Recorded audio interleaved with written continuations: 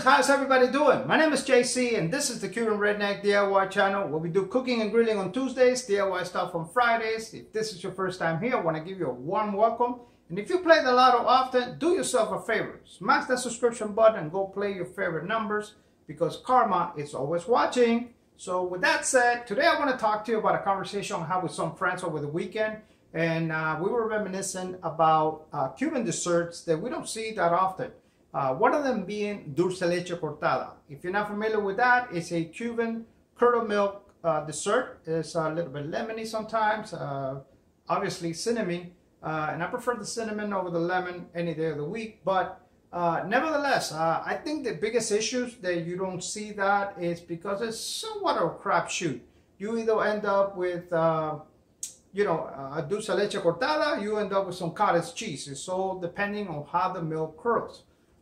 With that said, the biggest problem with that is that if you really want a consistent curdle on the milk, you need something called rennet. Rennet is an enzyme that you find in the cow's stomach, and they claim that it has a shelf life of like 6 months. That's a bunch of crock. It goes bad. It's very unstable. Let's just say that. It's also very unstable once you prepare it. Once you pour it, you have to get cracking with it because it will lose its effectiveness. And I think that's one of the reasons some restaurants just kind of stay away from that. You don't want to spoil it. You don't want to damage trash a gallon of milk for no reason. Sometimes places that I worked at, they do it with like 5 gallons at a time. So with that said, I have my own way of doing it, and I am surprised. I haven't done this in at least a couple of years.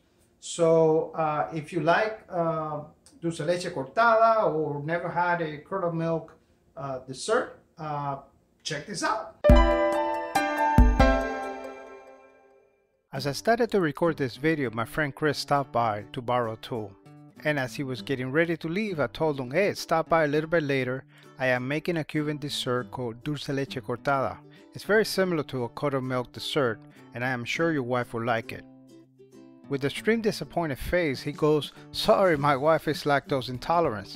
And for some reason that I can't explain, the first thing that came out of my mouth was, well, if you run down to the store and get me some lactose-free milk, I will make it with that.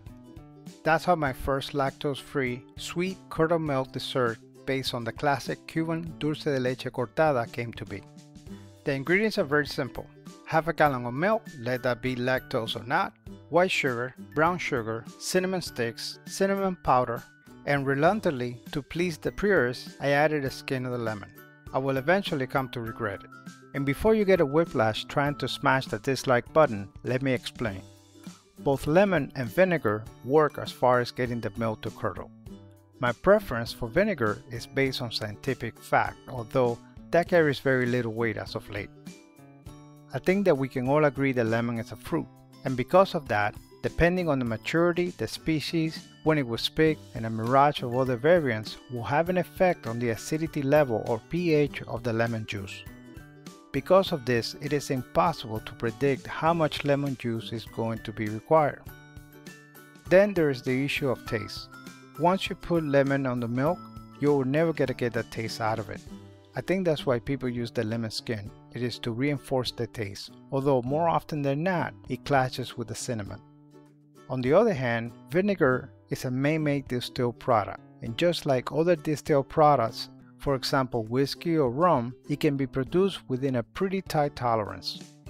Most over-the-counter cooking vinegars have an acidity level of 5%, and that has been proven to be pretty accurate.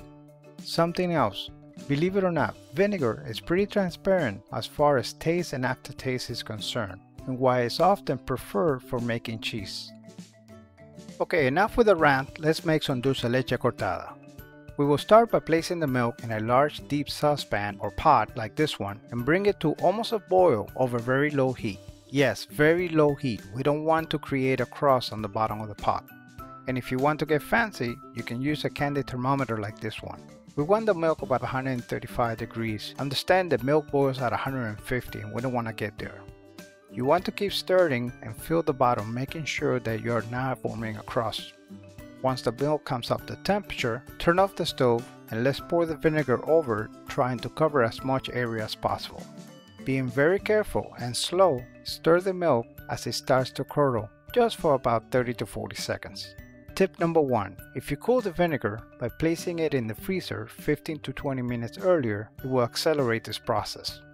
So after stirring it for a little bit, let's put the lid in place, take it off the stove and let it rest for about 2 hours, at which time we're going to try to get rid of some of the excess weight.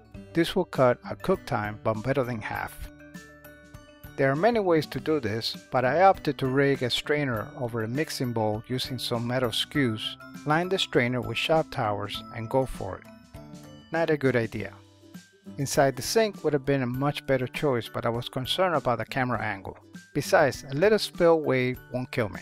With most of the weight out of the way, we can start to work on the syrup by putting 1.5 cups of brown sugar, 1.5 cups of white sugar, and 1.5 cups of the spare weight into another deep saucepan.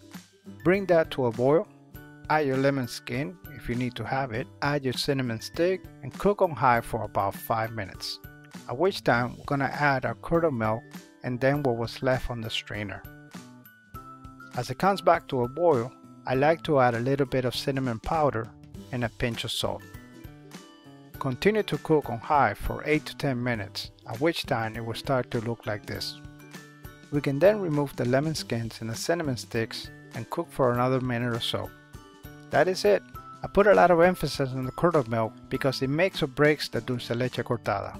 Even though this was an experiment by using lactose-free milk, which has less protein than whole milk, it did not come out perfect, but it was pretty good.